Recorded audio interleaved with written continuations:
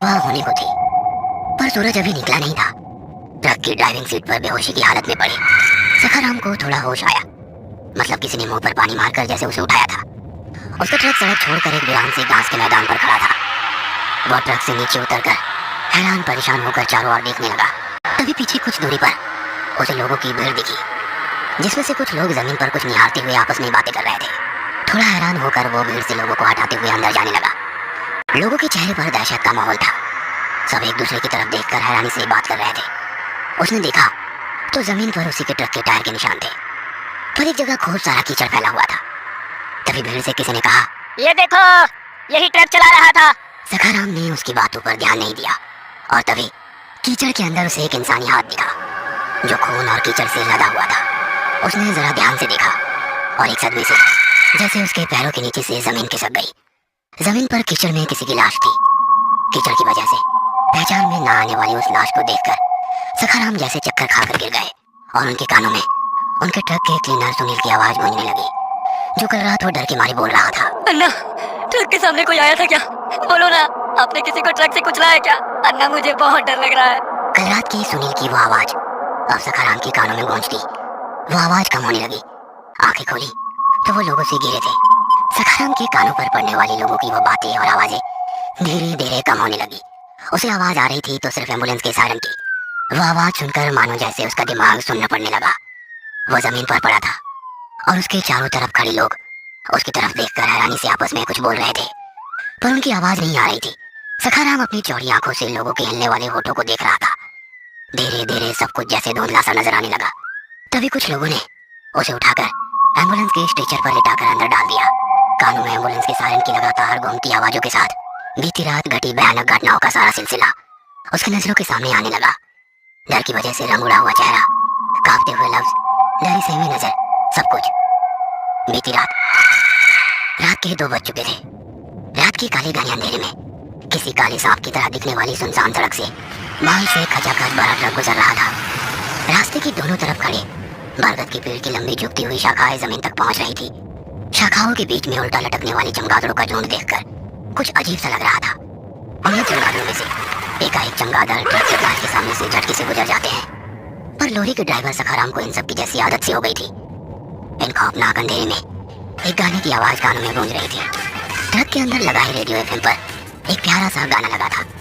रात के गहरे सन्नाटे के बीच कानों पर पड़ती हुई सुरीली आवाज की वजह से ड्राइवर को नींद नहीं आ रही थी, जिसकी वजह से वह अच्छी तरह से ड्राइविंग कर पा रहे थे। गाड़ी तेज भागने के लिए उन्होंने गाड़ी को गियर में डाला और गाड़ी ने फिर से तेज रफ्तार पकड़ ली।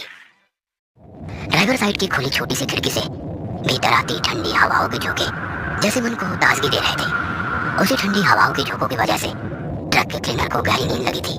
बाईं तरफ के लकड़ी के बेड पर वो इत्मीनान से सोया हुआ था। सड़क पूरी तरह से सुनसान होने के कारण अब ट्रक ने 70-75 का स्पीड पार कर लिया था। क्योंकि कल दशहरा था, सुबह गाड़ी में लदा सामान खाली करने के बाद गाड़ी सीधे रमेश के सर्विस सेंटर पर ले जाकर गाड़ी को अच्छी तरह से सर्विसिंग करके सीधे घर की ओर ले जाकर नहा धोकर नए कपड़े पहन के गाड़ी की पूजा करके सिर पर कोल्हापुरी फेटा बांधकर गाड़ी को नारियल चढ़ा के मुंह में बनारसी पान चबाते गांव में घूमकर लोगों से मिलने की उसकी योजना थी। कुछ दिन पहले उसकी बेटी की शादी हुई थी। कल बेटी और दामाद दोनों दशहरे का त्योहार मनाने आने वाले थे। सखाराम महाराष्ट्र के कोल्हापुर का पहलवान बना, मतलब उन्हें बचपन से ही पहलवानी का शौक था। 6 फीट की हाइट, काले घुमावदार मूंछें और बड़ी हुई दाढ़ी, जिसकी वजह से उनमें एक अलग ही छाप थी।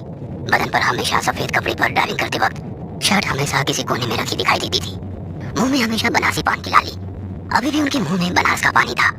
अपने ट्रक की खुली खिड़की से पान की पिचकारी बाहर मारते हुए उन्होंने ट्रक के केबिन के अंदर आराम से सोए हुए सुनील की तरफ देखते हुए कहा, ए सुनील, जब देखो दिन रात सोता रहता है, उठ जा। अरे मुझे बहुत बोर लग रहा है। कहाँ सोया हूँ, सिर्फ आंखें बंद करके लेटा हुआ हूँ। आपकी सुरीली आवाज और साथ ही रेडियो में चलते गानों की वजह से कभी नींद आई है क्या? क्यों बे, मेरी आवाज की तारीफ कर रहा है या ताने दे रहा है? ताना? और आपको मेरी इतनी औकात? मैं तो बस सच्चाई बता रहा था कि आपकी आवाज जैसी पूरी रेडियो पर किसी की नहीं। अपनी तारीफ सुनकर सखाराम के चेहरे पर एक अजीब सी चमक आई, पर सुनील का सर उनकी बदली आवाज से फटा जा रहा था। आवाज बंद करने के लिए सुनील ने दोबारा से एक पान बनाया और सखाराम को दे दिया। खुश होते हुए सखाराम बोले, यार तू मेरा इतना ख्याल रखता है ना, जितना मेरी घरवाली भी मेरा ख्याल नहीं रखती। और सखाराम ने वह पान अपने मुंह में डाल दिया। अब सिर्फ गानों की हल्की सी आवाज सुनील की कानों में गूंज रही थी। ट्रक की एक तरफ के कांच के पास बैठे सुनील की नजरें काले अंधेरे को चिरती हेडलाइट की रोशनी में गड़ी थी। सड़क की दोनों तरफ दिखने वाली घनी झाड़ियां अब कुछ कम होती हुई दिखाई देने लगी। कुछ ही देर में उनका ट्रक एक वीरान सी जगह से गुजरने लगा। सड़क कच्ची होने के कारण ट्रक के पहियों से उठने वाला धूल का बादल हवा में एक लकीर सा बना रहा था। सड़क काफी कच्ची होने के कारण ट्रक का स्पीड भी काफी कम था। सड़क के दोनों तरफ दूर दूर तक हरी घास का मैदान नजर आ रहा था।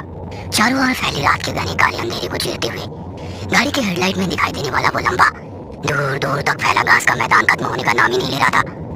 कहीं भी इंसानों की बस्ती नजर नहीं आ रही थी और ना ही कोई और रोशनी दिखाई दे रही थी।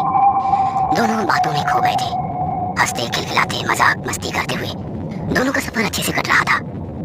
आने वाली अनहोनी से दोनों पूरी तरह से अनजान थे। सखाराम की नजरें लॉरी के कांच से बाहर ही थी और सुनील अपने रेडियो की फ्रीक्वेंसी से चलने लगा था।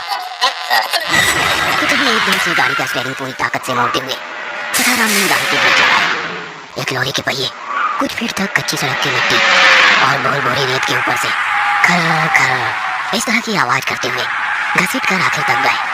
झटका इतना असरदार था कि सुनील रेडियो के साथ गाड़ी के सामने वाली कांच से टकराया, पर कांच टूटा नहीं। एक जोर की आवाज के साथ ट्रक एक जगह रुक गया। ट्रक का इंजन अभी भी शुरू था। घर घर आवाज करते हुए ट्रक का इंजन लगातार वाइब्रेट कर रहा था। सुनील ने खुद को संभालते हुए सखाराम की तरफ देखा।